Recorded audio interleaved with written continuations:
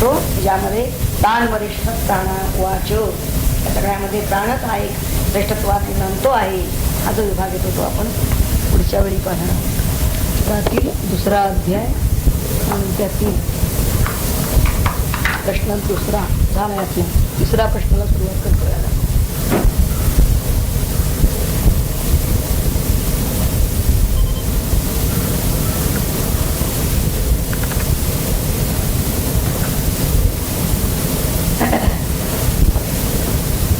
तान वरिष्ठ प्राण उवाच.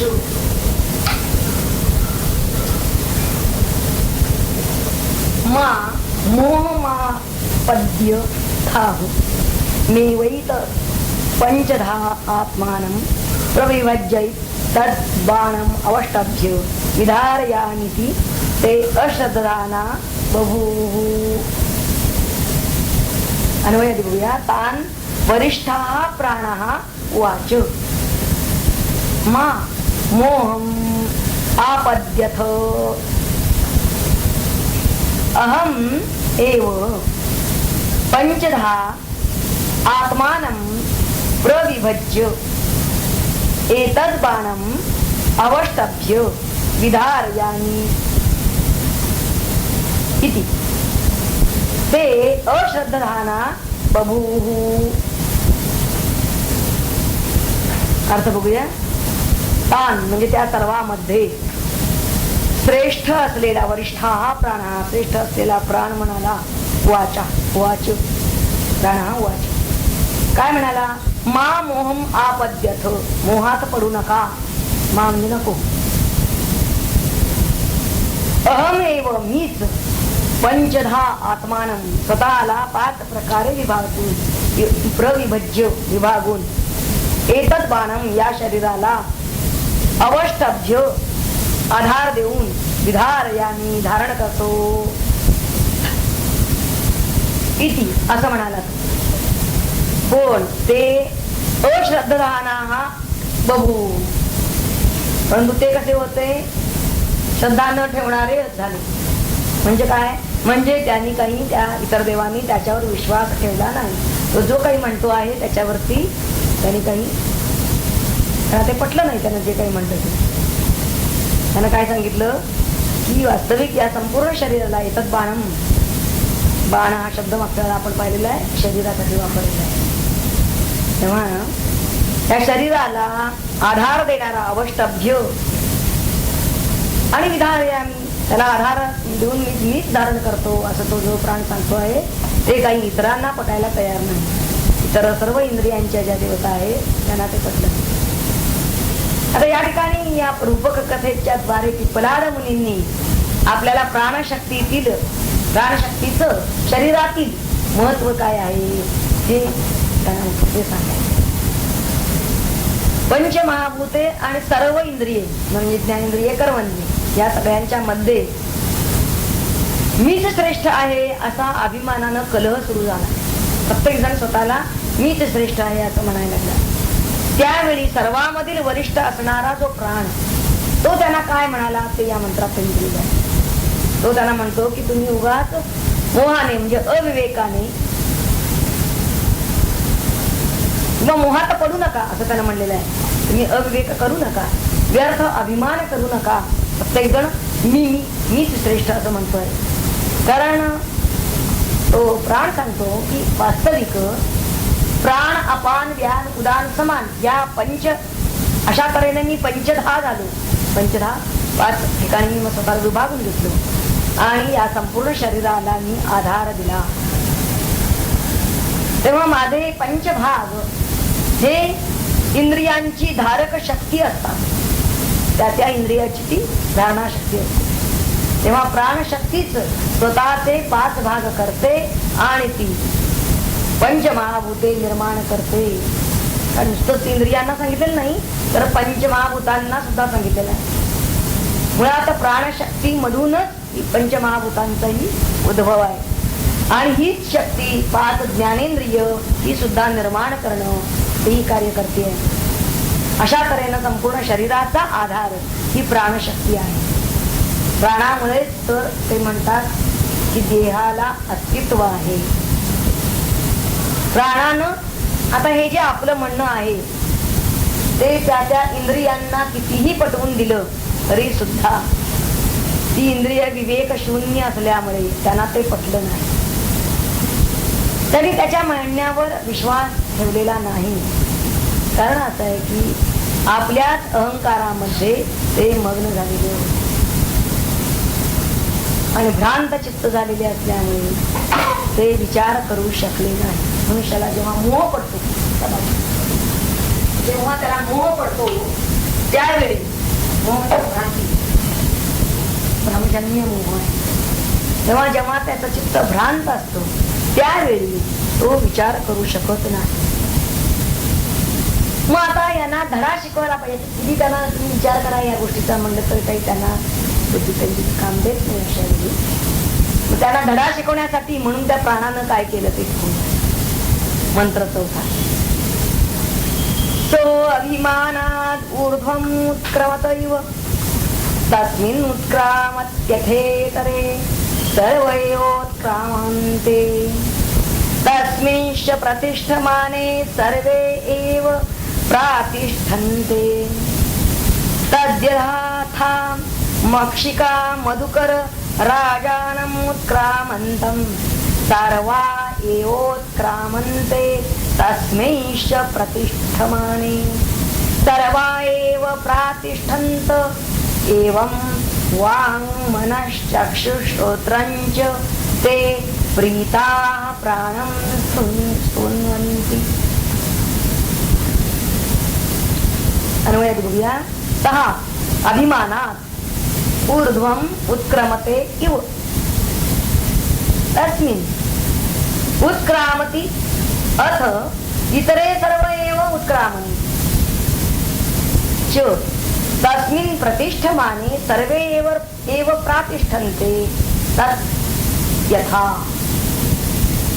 मधुकर राजानम् उत्क्रामन्तं सर्वा एव मक्षिकाः उत्क्रामन्ते च तस्मिन् प्रतिष्ठमाने सर्वा एव प्रातिष्ठन्ते एवं वाङ् मनः चक्षुः श्रोत्रञ्च ते प्रीताः प्राणं स्तुवन्ति. अर्थ बघूया. अन्वय हा अगदी सरळ करून गेला त्यामुळे ज्यांना संस्कृत थोडं कळतं त्यांना खरं म्हणजे कळून जाईल. तसं गद्य रूपानंच आहे आम्ही.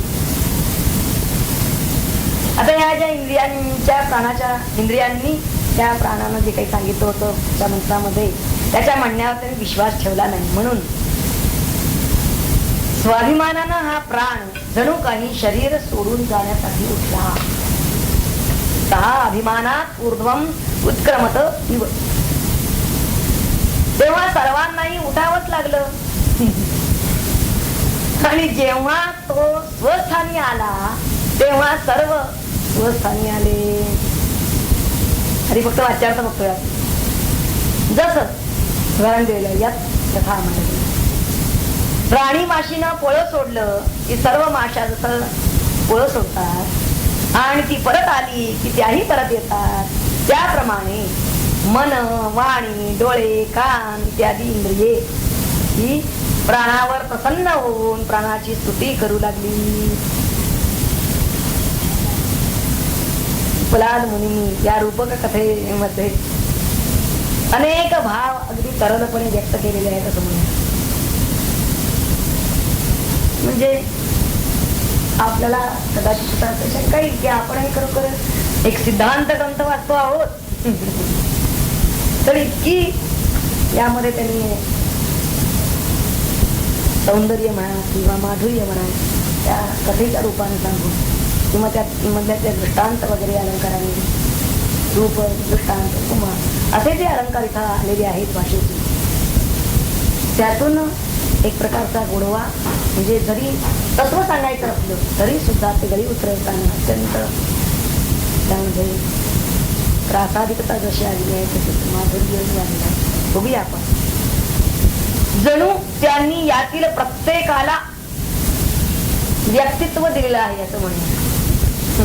कसं तरी पहा, ही जी इंद्रिय आहे ती कितीही सांगितलं तरी न जुमानणारी अमन्यपणा ज्यांच्या अंगी आहे अशी ही इंद्रिय अविचारीपणा हा त्या मुनींना यामध्ये इथं उभा करायचा आहे.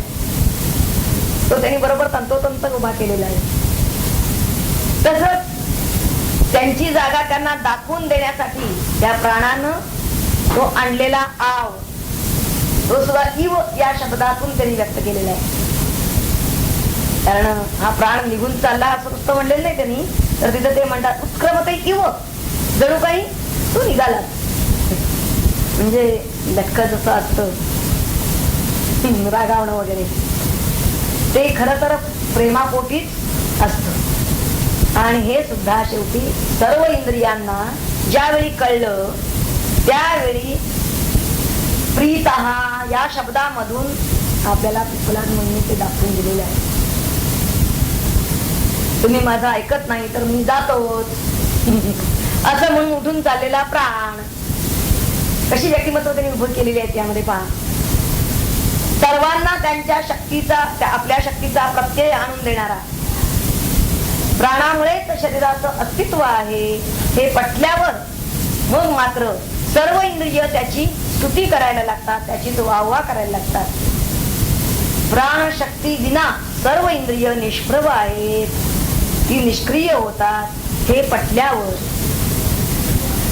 मग मात्र ती प्राण त्यांना होतो अत्यंत प्राणप्रिय होतो. हे त्याने प्रीता या शब्दातून दाखवलेलं आहे. तूच आमचं जीवन आहेस असं म्हणून ते सगळेजण त्याचे गोडवे गाऊ लागतात. तेव्हा या रूपक कथेचं सौंदर्य पिपलाद मुलींनी एका सुंदर उपमेनं आणखीन द्विगुणित केलेलं आहे. तसं ते बघूया. मधमाशांच्या पोळ्यामधील राणी माशी ही पोळ्यामध्ये नुसती बसून असते, मध गोळा करायचं काम त्या माशात करत असतात. काही काही जण तक्रार करतात की आई तरी घरात बसलेली आहे आणि बाकी म्हणून त्यांनी त्या माशांनी जर आमच्यामुळेच हे पोळं आहे असं जर मानलं असं म्हटलं तर त्यांना त्यांची जागा दाखवून द्यावी लागेल. तेव्हा राणी माशी सर्व मधमाशांना एकटीच जन्म देते आणि त्यांनी आणलेल्या त्या मधानं ती एकटीच त्यांचं पोषणही करते. जोपर्यंत ती पोळ्यात आहे तोपर्यंत त्या माशा सुद्धा आहे आणि तो मोदही आहे. आणि जेव्हा ती राणी माशी पोळे सोडते त्यावेळी सर्व माशा पोळे सोडतात. तिच्या अस्तित्वावरच त्यांचे म्हणजे त्या मधमाशांचे आणि त्या पोळ्याचेही अस्तित्व अवलंबून आहे. हा दृष्टांत मुलींनी बरोबर प्राणाकडे लावलेला आहे. प्राण आहे म्हणून आपण डोळ्यांनी पाहणं, कानांनी ऐकणं, पायानं चालणं, हातानं धरणं या सगळ्या क्रिया करू शकतो. प्राण नसलेलं कलेवर काहीही करू शकत नाही. तेव्हा या देहाचा आधार प्राणच आहे. तोच सर्वांना धारण करतो. आणि हे लक्षात आल्यावर सर्व इंद्रिय मग त्याच्यावर प्रेम करू लागली असं त्यांनी म्हटलं. त्याची स्तुती करू लागली. प्रीता आणि स्तुती त्याला प्रसन्न करू लागली. स्तुती कशासाठी? त्याला प्रसन्न करण्यासाठी. कारण तोच आपला जीवनाधार आहे त्यांना कळलं. आता ती काय स्तुती करू लागली हे पुढच्या मंत्रांमधून येईल. मंत्र 5. एषो अग्निस्तपस्तेष सूर्य एष पर्जन्यो मघवानेष वायुरेष पृथ्वीरैर्देव तदसच्चामृतञ्चयत्. एषः अग्निः तपति, एषः सूर्यः, एषः पर्जन्यः मघवान्, एषः वायुः, एषः पृथिवी रैः देवः यत् सत् असत् च यत् अमृतं च. अर्थ बघूया. हा म्हणजे प्राण अग्नी होऊन तापतो, अग्नी तपतो. सूर्य होऊन प्रकाशतो, हाच पर्जन्य, हाच इंद्र, भगवान म्हणजे इंद्र, हाच वायू, हाच पृथ्वी, हाच रई. रई शब्दाचे अर्थ दोन्ही होतात, चंद्र किंवा अन्न. जे सत असत आहे ते तोच आहे आणि जे अमृत तेही तोच आहे.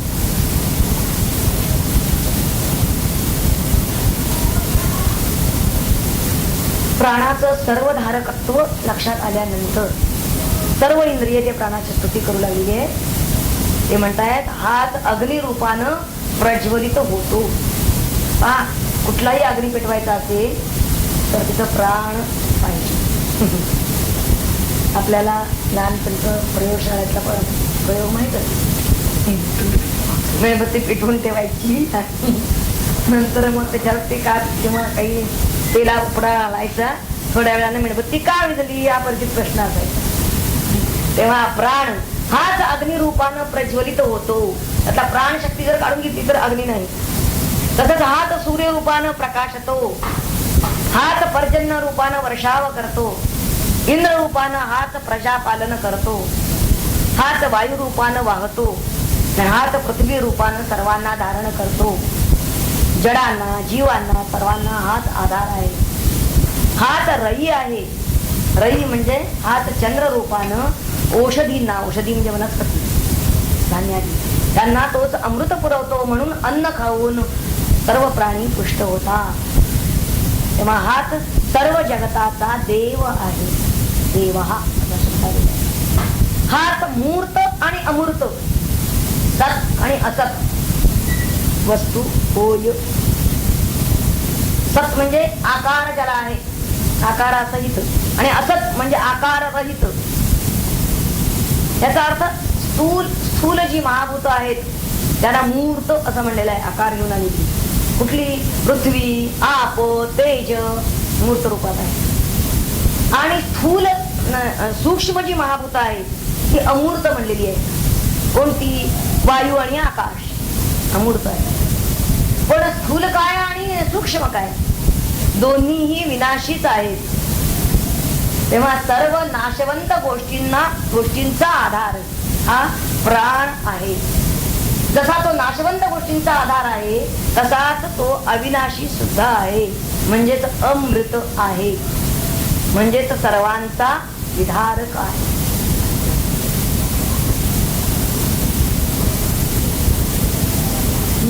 या 5व्या मंत्रामध्ये स्तुती झाली. आता 6व्या मंत्रामध्ये पुढे काय स्तुती करतात पाहूया. अराईव रथनाभौ प्राणे सर्वं प्रतिष्ठितं रुचो यजोंषि सामानि यज्ञक्षत्रं ब्रह्म च. रथनाभौ अराह इव प्राणे सर्वं प्रतिष्ठितं ऋचः यजोंषि सामानि यज्ञः क्षत्रं ब्रह्म च ब्रह्मं च. अर्थ होऊया. रथचक्राच्या नाभीमध्ये म्हणजे मध्यभागी जसे आरे त्याप्रमाणे प्राणामध्ये सर्व प्रतिष्ठित आहे, स्थित आहे. आणि च ऋक यजु साम हे त्रिविध वेदमंत्र, त्यानंतर यज्ञ, क्षात्रतेज आणि ब्राह्मतेज हेही प्राणामुळेच प्रतिष्ठित आहे. प्राणशक्ती कशी विश्वव्यापी आहे, विश्वाधार आहे हे त्यांना सांगायचं आहे. ती चैतन्यमय असून या चित शक्तीच्याच जोरावर सर्व विश्व चालतं. आणि ही चित शक्ती अत्यंत विलक्षण गतिमान आहे. तिला त्यांनी रथचक्राच्या नाभीची उपमा दिलेली आहे. नाभीची शक्ती जशी आर्यांच्या द्वारे कार्य करत असते त्याचप्रमाणे प्राणाची शक्ती इतर वस्तूंच्या मधून कार्य करत असते. प्राणशक्तीच सर्वांमध्ये प्रतिष्ठित असते. आणि स्थितीकाली प्राणामध्ये 16 कला प्रतिष्ठित असतात. आता या 16 कला कोणत्या हे आपण 6व्या प्रश्नाच्या वेळी पाहणार आहोत. आत्ताच आपली जिज्ञासा उत्सुकता संपुष्टात आणायची नाही. 6व्या प्रश्नापर्यंत आपल्याला जायचं, तेव्हा त्यावेळी या 16 कला कळतील आपल्याला. तसंच ते म्हणतात की या जगामध्ये जे जे ऋच, आता साधा आपण वाच्याचा बरोबरचा अर्थ आपण आधी पाहिला. ऋच ऋचा यजोंषि सामानी म्हणजे ऋक यजुः साम हे वेद. या प्रत्येक मंत्राच्या वेळी आधी प्राणाला आवाहन आहे. कुठलाही वेदमंत्र म्हणायचा असेल तर आधी प्राणांना आवाहन आहे. प्राणान आयम्य हे म्हणजे काढल्याशिवाय कुठलं वैदिक क्रिया कोणती चालू होत नाही. तसंच कुठलाही यज्ञ असेल तरी आधी ते प्राणायाम करायला सांगतात ना, पूजांना तरी आधी नाही ते आधी पूजा करायची असते कुठलीही तरी सुद्धा आधी प्राणायाम आवाहन आहे. तेव्हा यज्ञ म्हणलं ना तरी यज्ञाच्या वेळी सुद्धा. आणि क्षत्राम ब्रह्मच या सगळ्यामध्ये प्राणशक्ती आहे. क्षत्रम आणि ब्रह्म, ब्रह्म हे दोन शब्द आपल्याला जरा अधिक सखोल पाहावे लागतील. पण तरी सुद्धा केवळ वैदिक मंत्रांच्या वेळीच असं नव्हे तर याचे आणखीन काही गर्भित अर्थ आपल्याला मिळतात का हे पाहूया. कारण असं पाहिजे तर हे वेदमंत्र हळूहळू वैदिक परंपरेचा लोप होत गेला संकलानुसार. आणि हे वैदिक मंत्र म्हणणारे काहीच ठराविक लोक राहिले, त्यांच्यापुरतच ते मर्यादित आहे. मग बाकींच्या ठिकाणी त्यामध्ये तर प्राणशक्ती ही कार्य करतेच आहे जिथं हे असे म्हणले जातात. आणि म्हणून हे वेदमंत्र म्हणण्याचा त्यांनी जो अधिकार स्त्रियांच्या लेखिका देऊ शकले ते, कारण ही जी प्राणशक्ती ऊर्जा शक्ती आहे. तर त्या वेदमंत्रांमध्ये ते वेद व्यवस्थित मंत्र म्हणले जावे यासाठी जेवढी शक्ती त्यासाठी ते दीर्घ ओळायचे असतील, उच्च स्वर न्यायचा असेल तर त्यासाठी जेवढी तीव्रता त्या शक्तीची पाहिजे तेवढी जर त्यांच्या ठिकाणी जर क्षमता नसेल तर ते मंत्र कधीही उच्चारले जातील आणखीन मग ते परिणाम करणार नाही. कारण या मंत्राने साक्षात देवता अवतीर्ण होतात. त्या मंत्रांचं सामर्थ्य हे प्रचंड असल्यामुळे ते व्यवस्थितच मंत्र उच्चारले जावे तेवढ्यासाठी त्यांनी ती सीमारेषा आखून दिली की ठराविकच लोकांनी त्यांच्या ठिकाणी. आणि म्हणून त्यांनी पुढं क्षत्रम ब्रह्मम ही दोन पेज उल्लेख त्यांचा केलेला आहे. तेव्हा आपण तो भाग थोडा बाजूला ठेवू आणि आपल्याला काय त्यातून त्या मंत्रातून घ्यायचं आहे की कुठं कुठं ही प्राणशक्ती कोणत्या कोणत्या ठिकाणी कार्यरत आहे, कोणत्या कोणत्या ठिकाणी ही चित शक्ती आपलं कार्य करते ते बघूया. या जगामध्ये जे जे काही ऋच आहे, ऋच या शब्दाचा पहिल्यांदा ऋचा हा आता शब्द आलाय ना मंत्रामध्ये, तेव्हा ऋच या शब्दाचा अर्थ आहे तेज. जे जे तेज आहे ते ते प्राणशक्तीचं आहे. जिथं जिथं आपल्याला तेज दिसून येईल ते ते कशाचं आहे त्या सांगा. तसंच जे जे यजुष, यजुष या शब्दाचा अर्थ आहे आनंद देणे. जी जी गोष्ट आपल्याला आनंद देते त्या त्या ठिकाणी ही प्राणशक्ती आहे. आणि जे पुढे काही म्हणले साम, साम म्हणजे समसंबंधी ते साम, ज्यामधून समानता प्रतीत होते. आणि समत्व ब्रह्मोच्यते, तेव्हा ज्यातून हे ब्रह्मतत्व प्रतीत होतं, प्रचितीला येतं, त्यातील शक्ती ही प्राणशक्ती आहे. पुढे त्यांनी म्हणलेला आहे यज्ञ, जे जे यज्ञ म्हणजे य अधिक ज्ञ म्हणजे जाणून घ्यायचं ते, या ज्ञान म्हणजे जे जाणून घेतलं जातं ते, किंवा जे ज्ञान देतं ते, त्यामधील शक्ती ही प्राणापासूनच आलेली आहे. आता पुढे त्यांनी म्हणलेलं आहे क्षत्राम. क्षत्र या शब्दाचा अर्थ आहे शरीर किंवा शेत, असं दोनही असतात. शरीराचं सामर्थ्य हे प्राणाचंच आहे. म्हणजे शरीर सामर्थ्य जे त्या ठिकाणी आहे ते त्याच्यात सामर्थ्य आलं कुठून, ते प्राणाचंच सामर्थ्य आहे. तसंच शेतातून उत्पादन करण्याचं सुद्धा सामर्थ्य हे प्राणाचं आहे. एखादं शेत नापिकच असतं, तिथं प्राणशक्ती नाही आहे म्हणून त्यातून काही उद्भवत नाही. तेव्हा हे जे क्षत्र बल जे आहे त्या क्षत्र बलामध्ये त्यांनी मुख्यत्वे दोन गोष्टी सांगितलेल्या आहेत. कारण या शरीर बलाशी संबंधित ते आहेत आणि म्हणून ते म्हणतात की केवळ क्षत्र म्हणजे क्षत्रिय असा, कारण बहुतेकांनी तसा अर्थ केलेला आहे. क्षत्रिय, क्षत्रम म्हणजे क्षत्रिय किंवा क्षात्र तेज. तर केवळ क्षात्र तेज असा अर्थ घेता येत नाही. त्यामध्ये हे शरीर बल ज्यांना प्राप्त झालेलं आहे तर ते क्षत्रिय आणि शूद्र दोघंही घेता येतील. तसंच ब्रह्म असं जिथं म्हणलेलं आहे, ब्रह्म म्हणजे ब्रह्मासंबंधी किंवा ज्ञानासंबंधी, म्हणजे बौद्धिक शक्ती आहे त्या ठिकाणी. आणि बौद्धिक शक्ती ही प्राणाचीच आहे. म्हणून तिथं बुद्धिबलाचं काम करणारे जसे ब्राह्मण आहेत तसेच वैश्य सुद्धा त्यामध्ये येऊ शकतो. तेव्हा समाज धारणेसाठी मुख्यत्वे आपल्याला 4 बलांची आवश्यकता आहे. बुद्धिबल, त्यानंतर बाहुबल, द्रव्यबल आणि चौथं म्हणूया आपण क्रियाबल. कारण बाहुबलामध्ये शरीरबल आलेलं आहे.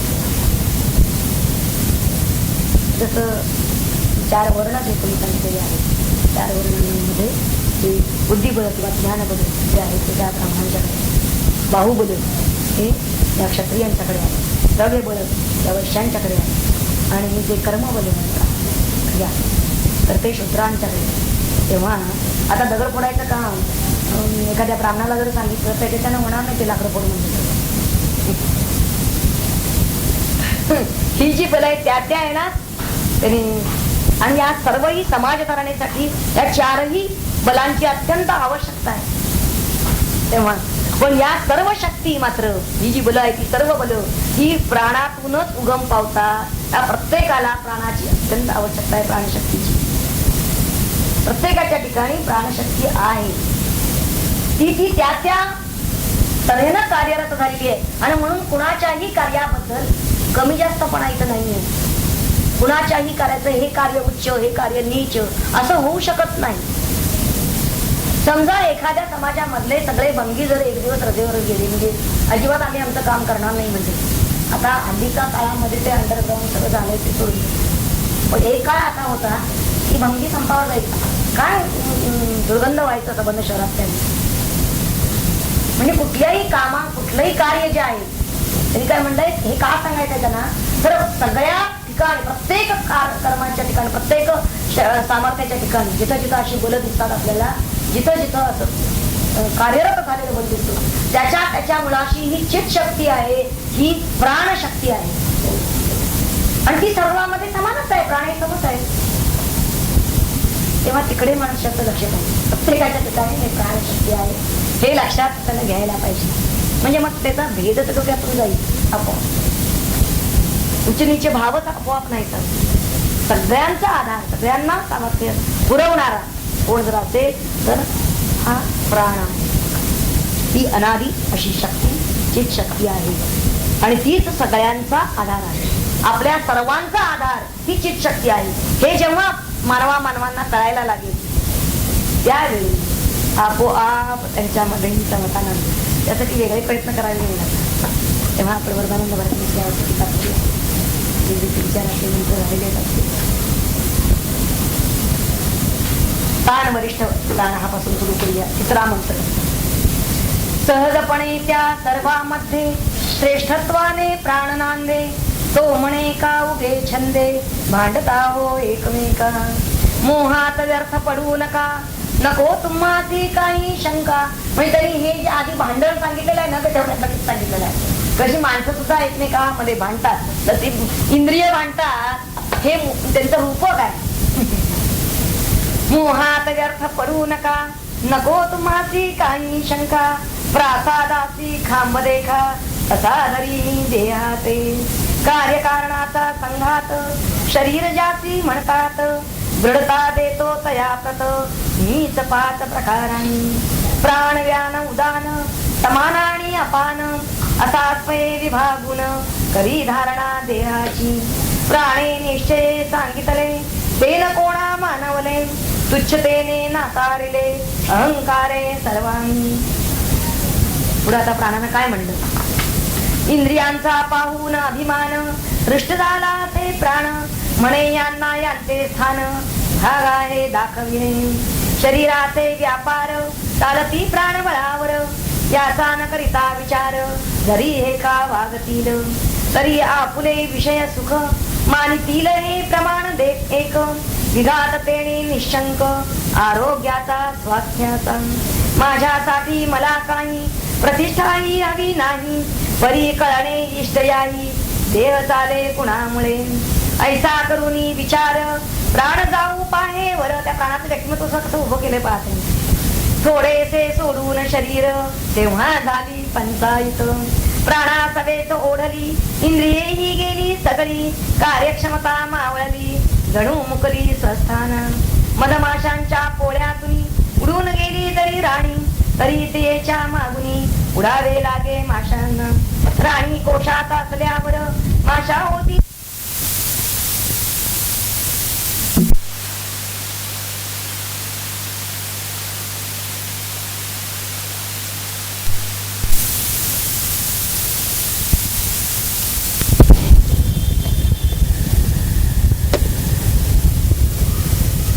प्राणे उत्क्रमण दाविले.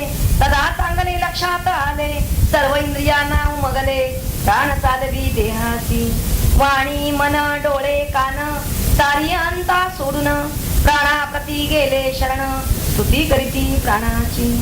इंद्रिय रूपी देव सारे प्राणावंदिती परमादरे, आणि स्तविती मधुर स्वरे प्राणदेवा प्रसन्न व्हा. अग्नी होऊन उष्णता तुम्ही सर्वाप्रती देता, सूर्य रूपे तळपता प्रकाश देता सर्वासी. तुम्ही होऊन पर्जन्य वाढविता की धनधान्य, इंद्र होऊन सर्वमान्य संहारिता राक्षसासी. होऊन या वायू जगती तुम्ही सर्वत्र देता गती, क्षमाशील पृथ्वी जीती रूप आहे तुमचेची. अन्न चंद्रमा असे काही म्हणती जेते तुम्ही रई, सत असत ना वेगळे राही व्यापकतेने तुम्हाहून. प्रभो तुम्हीच अमृत जीवनदायी सर्वा प्रथम, तुम्ही विना अविनाशी आहात तिके सारे तुम्हामुळे. रथचक्राच्या दशा आऱ्या बुंद्यात भीती आधारा, तसा विश्वाचा पसारा उभार आहे तुम्हावळे. प्रार्थना रूपी ऋग्वेद यज्ञविधींचा यजुर्वेद, गायन कला सामवेद नांदे तुमच्या आधारे. प्रेमी निष्काम घडे कर्म याग पूजादींचे मर्म, असा यज्ञचे देवोत्तम तुम्हा ठाई एक रूप. शौर्य पराक्रम धीरता ही क्षत्रियांची संपन्नता, ती असे की अधिष्ठाता प्राणदेवा तुम्हा ठाई. ब्राह्मणाचे ज्ञानशील शूद्राचे कर्म कौशल, निर्मितीचे विनिमयातील चातुर्य तुम्हीची वैशाचे. स्वरूपी झालेला कृष्णोपनिषदातील प्रश्न दुसरा चाललाय आपला. प्रजा मंत्र 7वा. प्रजापतेश्चरसि गर्भे त्वमेव प्रतिजायते, तुभ्यं प्राण प्रजास्त्विमा बलिं हरन्त्य प्राणै प्रतिष्ठसि.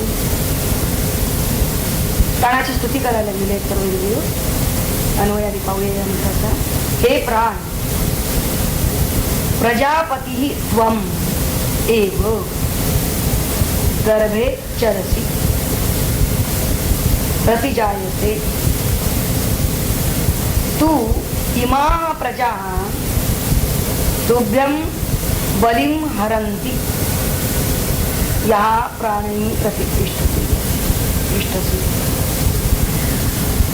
अर्थ असा आहे, हे प्राणा तूच प्रजापती असल्यामुळे त्वम एव प्रजापती गर्भे चरसी गर्भात शिरतोस आणि प्रतिजायते आणि जन्म घेतोस.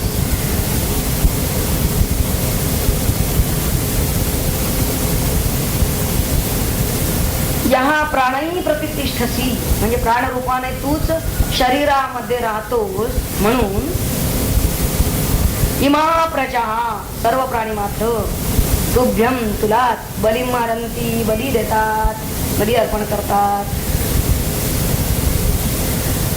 बली म्हणजे आहुती. प्राण हाच प्रजापती होय. प्रजापती याचा अर्थ प्रजा निर्माण करणारी शक्ती. हा प्राणच मातेच्या गर्भामध्ये प्रविष्ट होतो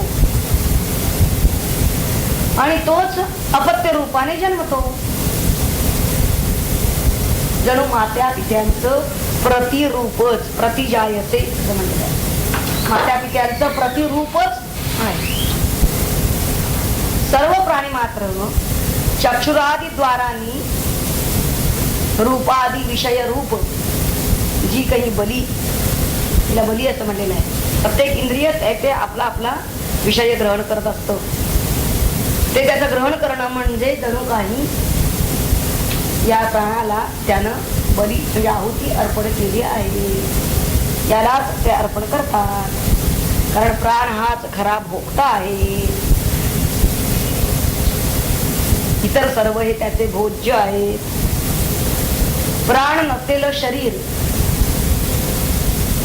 जसं अन्न भक्षण करीत नाही, तसंच कोणत्याही इंद्रियांनी कोणताही आहार ग्रहण करीत नाही. प्राण नसेल शरीर. मंत्र 7वा, प्रश्न 2. म्हणून जेव्हा शरीरामध्ये प्राण स्थित असतात, तेव्हाच प्रत्येक इंद्रिय आपापला विषय ग्रहण करू शकतो. मात्र इथे पिप्पलाद मुनी एक उदात्त विचार सांगताय. सापडलं का तुम्हाला? मंत्र 7वा, प्रश्न 2.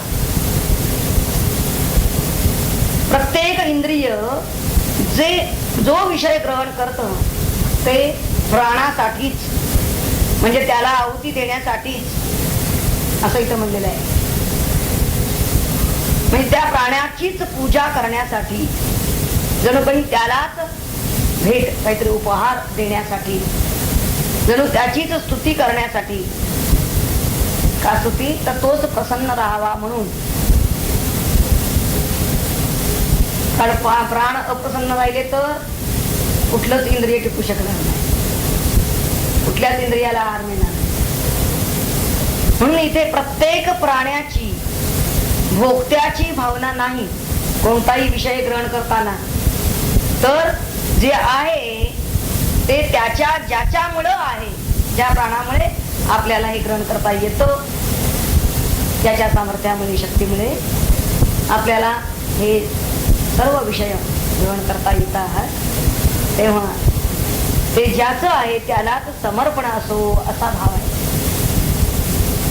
आणि म्हणून इथं प्राणालाच भोगता मानलेला आहे. म्हणजे भोगता तो ते प्रत्येक इंद्रिय नाही.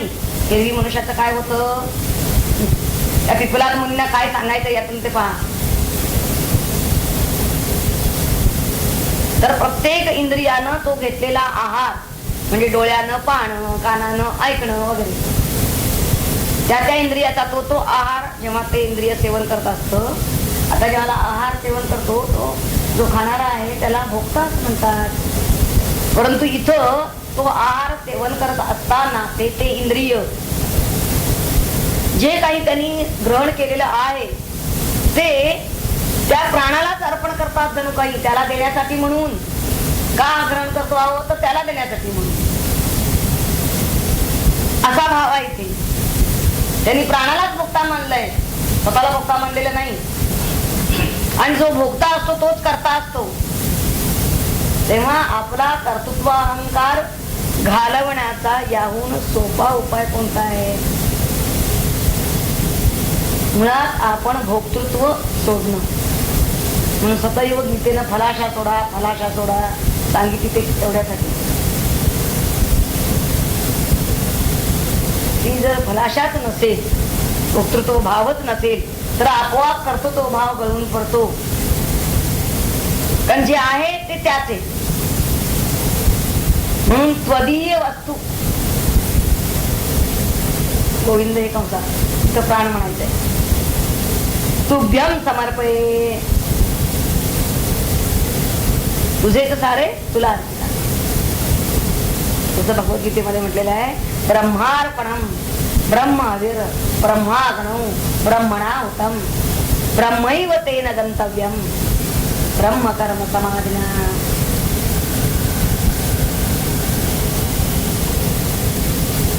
प्राणाच्या बाबतीमध्ये त्या प्राणाला ब्रह्मस्वरूप मानलेलं आहे, परमात्मा स्वरूप मानलेलं आहे.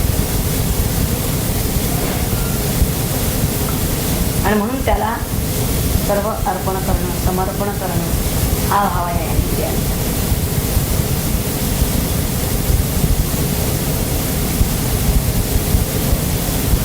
8व्या मंत्रामध्ये काय म्हणते पहा. देवानामसि वह्नितमः पितॄणां प्रथमा स्वधा ऋषीणां चरितं सत्यम् अथर्वा अंगिरसामसि.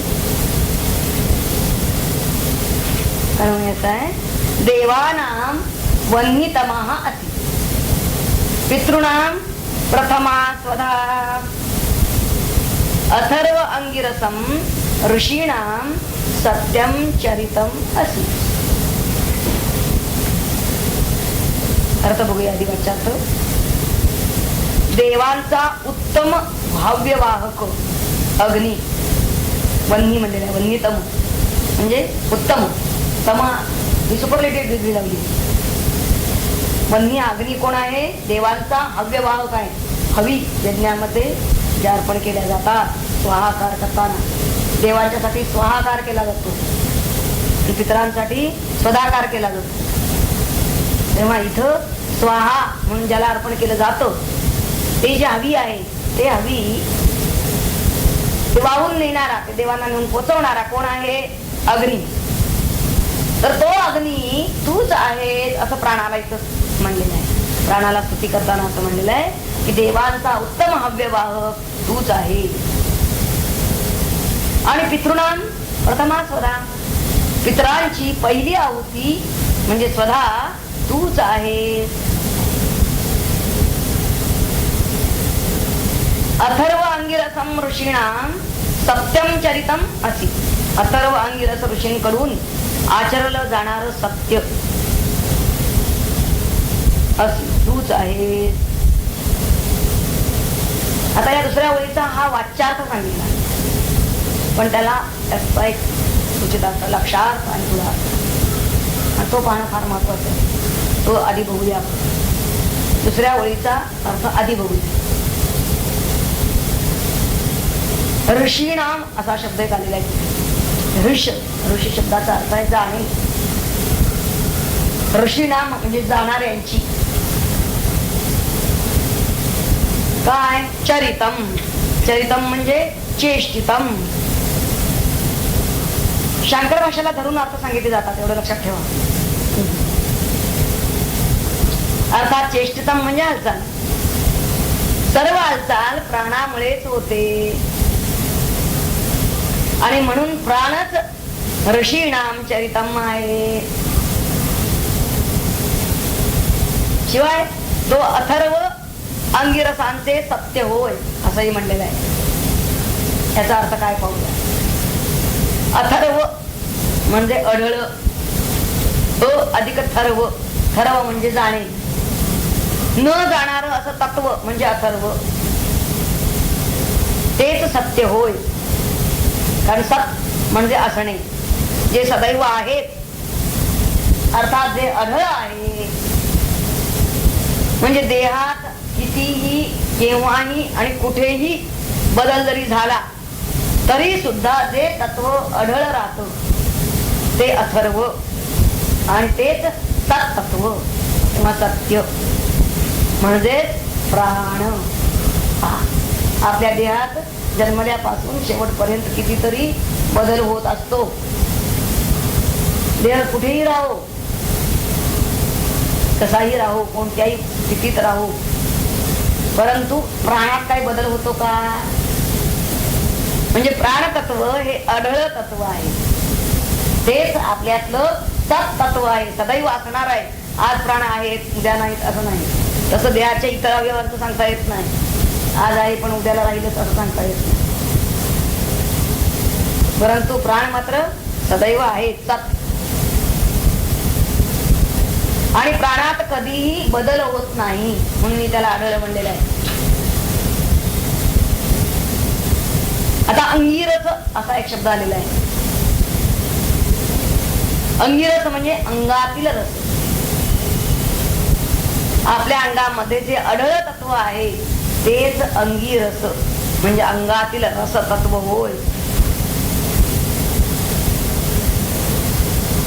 अर्थात ते काढून घेतलं की शरीर टिकू शकत नाही.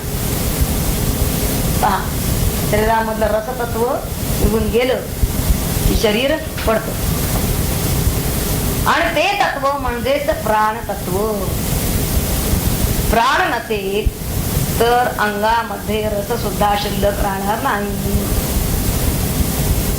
म्हणजेच अंगातील रसाचं असणं म्हणजे अंगिरसाचं सत्य सुद्धा प्राणच आहे. अंगिरसाचं म्हणजे अंगातील रसाचं असणं म्हणजे सत्य हेही प्राणच आहे. हा या दुसऱ्या ओळीचा आता गुण आपला. आता पहिल्या ओळीचा झाला अर्थ बघूया. तिथं त्यांनी म्हणलेलं आहे की देवांना हवी पोचवणारा आणि ते काम उत्तम प्रकारे करणारा प्राणच आहे. कारण प्राण सर्वांचे समच आहेत असतात. मग आपले प्राण काय, देवांचे प्राण काय, किंवा अग्नीचे प्राण काय. कारण आपण अग्नीत आहुती देतो. आपल्या प्राणाने आपण अग्नीच्या प्राणाला आहुती दिली आणि मग देवांचा प्राण किंवा देवांचे प्राण हे अग्नीच्या प्राणाहून काही भिन्न नाही. त्यामुळे ती आहुती देवांना सुद्धा मिळते. त्या अशा प्रकारे देवांपर्यंत हवी पोचवणारा हा सर्वश्रेष्ठ वन्नी प्राणच आहे. प्राणाला का वन्नी म्हणलं तरी नुसता वन्नी नव्हे तर तो देवांचं मुख आहे. हव्यवाहक म्हणलेलं आहे त्याला. अग्निमुखातून हवन सांगितलेलं आहे.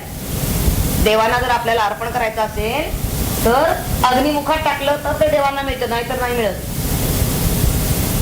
अग्निमुखातून त्याला आहुती आहे.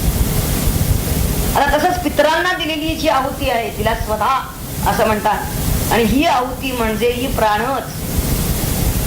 कारण सर्वत्र प्राणच भरलेला आहे आणि प्राणच कार्य करीत आहे. असं असतं की यज्ञादी दैव कर्मामध्ये प्रथम नांदीमुख श्राद्ध असतं. ते करावं लागतं. आणि त्यांनी प्रथम हा पितरा म्हणलेला आहे ना. काय शब्द वापरले पहा त्यांनी की पितृणाम प्रथमा स्वधा असं म्हणलेलं आहे. पितृणाम म्हणजे पितरांना प्रथमा स्वधा ही पहिल्यांदा जी नांदीमुख श्राद्धामध्ये दिली जाते ती स्वधा. स्वधा म्हणजे ते अन्न. त्या पितरांना अन्न पोचवणारा सुद्धा तूच आहेस म्हणजे प्राणच आहे. अशा तऱ्हेनं या 8व्या मंत्रामध्ये स्तुती करताना त्यांनी देवमुखवन्नी असं त्याला जसं म्हणलं तसं पितरांची पहिली आहुती किंवा स्वधा म्हणजे तिला. आणि त्यानंतर आपल्या शरीरामध्ये अढळ आणि रसपूर्ण सदैव असणार असं तत्व म्हणजेच प्राणतत्व. आणि ऋषीणाम चरितम काही शब्द तरी वापरलेला आहे. सर्व आपल्याला सगळ्या आपल्या हालचाली करायला जर कोण आवश्यक घटक कोणता असेल, कारण प्राणावर सर्व चेष्टा म्हणजे क्रिया अवलंबित असतात. अखिल आपल्या चेष्टा म्हणजे क्रिया प्राणामुळेच होतात.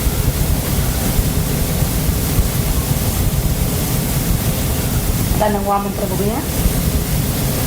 अजून स्तुती चालूच आहे. इंद्रस्त्वं प्राण हे प्राण. इंद्रस्त्वं रुद्रोसी परिरक्षिता त्वं अंतरिक्षे चरसी सूर्यत्वं ज्योतिषां पती. काय काय म्हणलेलं आहे यामध्ये. प्राणः हे प्राण. त्वं इंद्रः तेजसा रुद्रासी. तेजसा शब्द मगाशी म्हणला गेला नाही का. राहिला तो. परिरक्षिता त्वं अंतरिक्षे चरसी त्वं ज्योतिषां पतिः सूर्यः.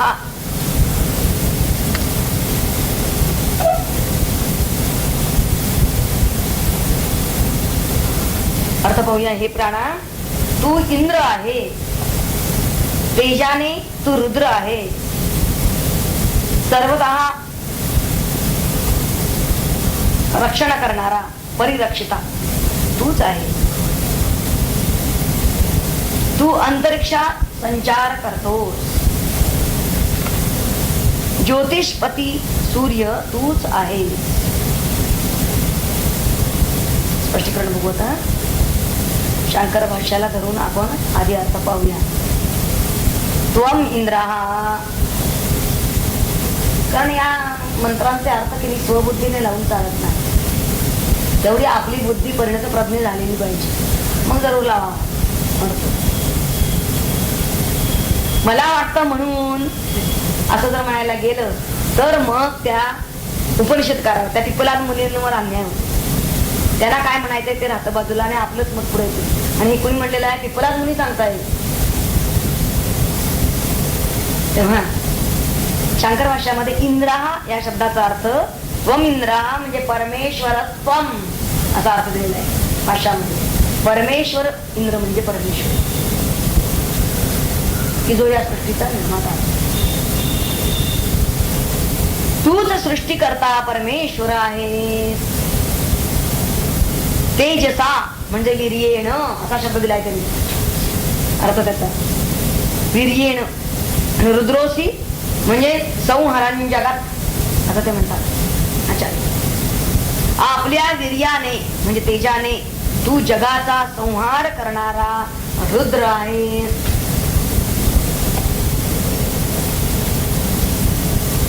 तसंच स्थितिकाली विष्णू रूपानं जगाचं रक्षण करणारा जगत पालक म्हणजे परिरक्षिता तूच आहे. पहा, सृष्टीकर्ता आधी घेतला इंद्र, नंतर रुद्र सृष्टी संहार करता आणि सृष्टीचा पालन करता विष्णू. या तीनही गोष्टीच्या प्राणाला तूच आकाशामध्ये सतत फिरणारा वायू आहे. अंतरिक्षे चरसी आणि ज्योतिषांपती म्हणजे सर्व तेजस्वी पदार्थांचा स्वामी अर्थात सूर्य तूच आहे. हा वाचा काही अधिक अभिप्राय मिळतो का बघू. प्राणाचा जणू परमेश्वरासारखा जीवाला आधार आहे आणि म्हणून प्राणाला इंद्रत्वम असं म्हणलेलं आहे.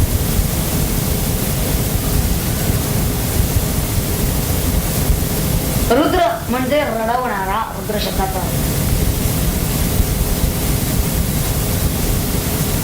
जेव्हा प्राण देह सोडतो, प्राण देहाला सोडून देतो, त्यावेळी सर्वांना तो रडवतो. देहातून प्राण निघून गेले की सगळे रडायला लागतात. म्हणून हे रुद्र असं त्याला नाव पडले. स्थितिकाली म्हणजे जिवंत असताना रक्षण करणारा प्राणच आहे. प्राणाशिवाय तो जगू शकत नाही. आणि अंतरिक्षात तर प्राणच भरलेला आहे. अंतर अधिक ईक्ष जर फोड केली तर अंतर म्हणजे आपण आणि दुसरी वस्तू यातील अंतर, आणि ईक्ष म्हणजे दिसणारे. अंतरिक्ष या शब्दाचा अर्थ आपण आणि दुसरी वस्तू यामधील दिसणारं अंतर, त्याला अंतरिक्ष असं म्हणतात. आता हे प्राण अंतरिक्षे चरती म्हणून तर आपण हालचाल करू शकतो. आपण आणि दुसरी वस्तू कुठली असेल त्यामध्ये प्राण आहे, त्या दोनच्या मध्ये दिसतो, म्हणून तर आपण हालचाल करू शकतो. हे लक्षात घ्या. पुढे त्यांनी म्हणलंय तोच ज्योतिर्मय म्हणजे तेजस्वी पदार्थांचा पती म्हणजे स्वामी आहे. किंबहुना तोच सर्व जीवांची ज्योती आहे, तेज आहे. म्हणूनच आपण प्राण ज्योत असा शब्द वापरतो. म्हणजे प्राणाचं तेजाशी इतकं तादात्म्य आपण मानलेलं आहे. तेज म्हणजेच प्राण.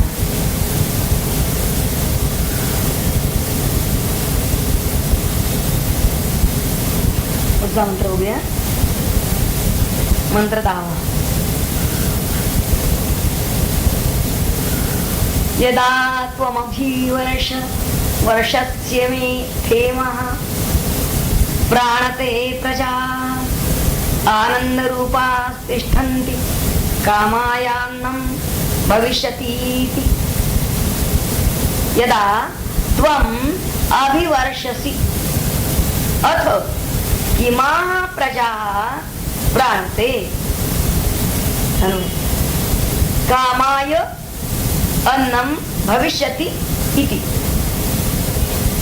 आनंदरूपाः तिष्ठन्ति.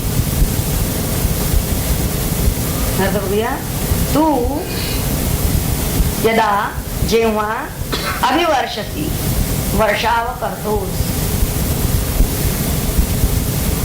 तेव्हा इमा प्रजा या प्रजा प्राणते जगतात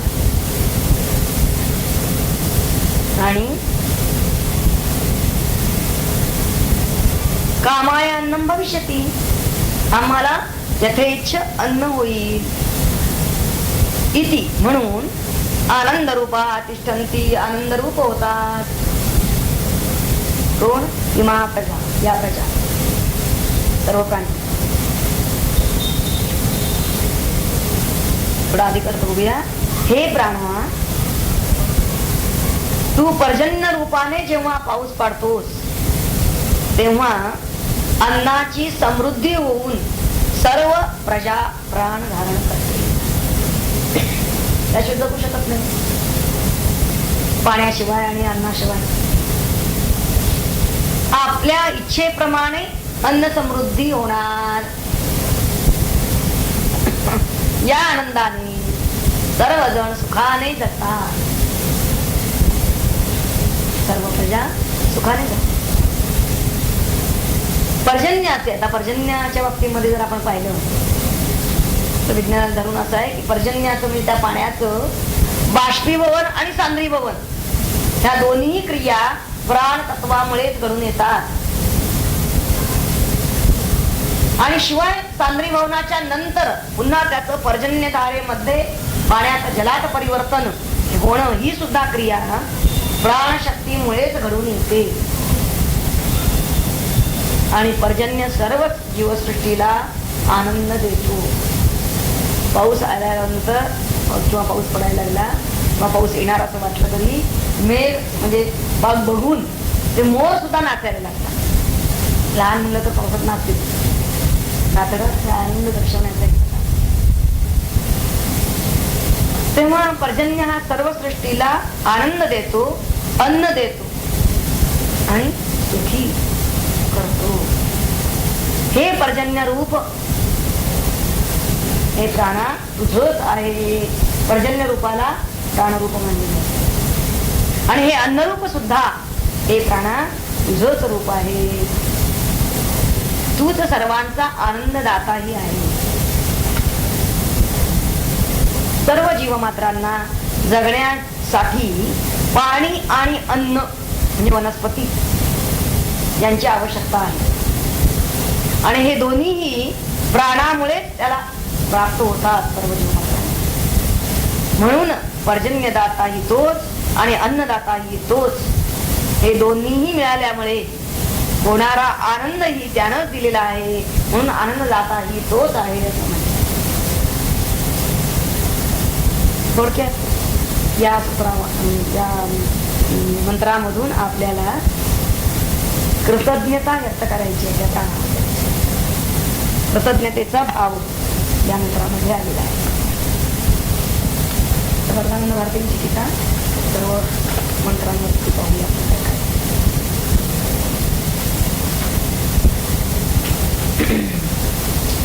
सातवा मंत्र आहे. प्रजापती तू ईश्वर करीसी गर्भात संचार जनकाप्रमाणे भूमीवर रूप धरुनी जन्म घेसी.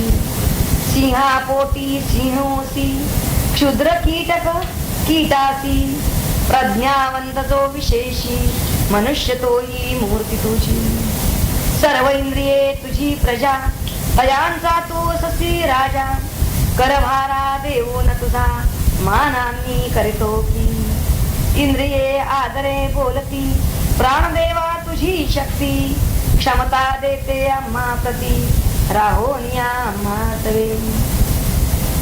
आठवा वन्ही वाहक होऊनी हवी अर्पिलेले हवनी पोचवी देवास नेऊनी असे शास्त्र सांगे श्रुती.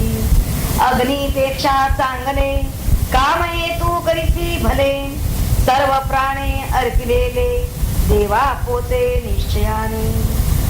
देवापूर्वी पितराची कव्य देती आदरेची तूच त्यांना पोचविती वात्सल्याने प्राणदेवा. अथर्व गिरसापती थोर ऋषी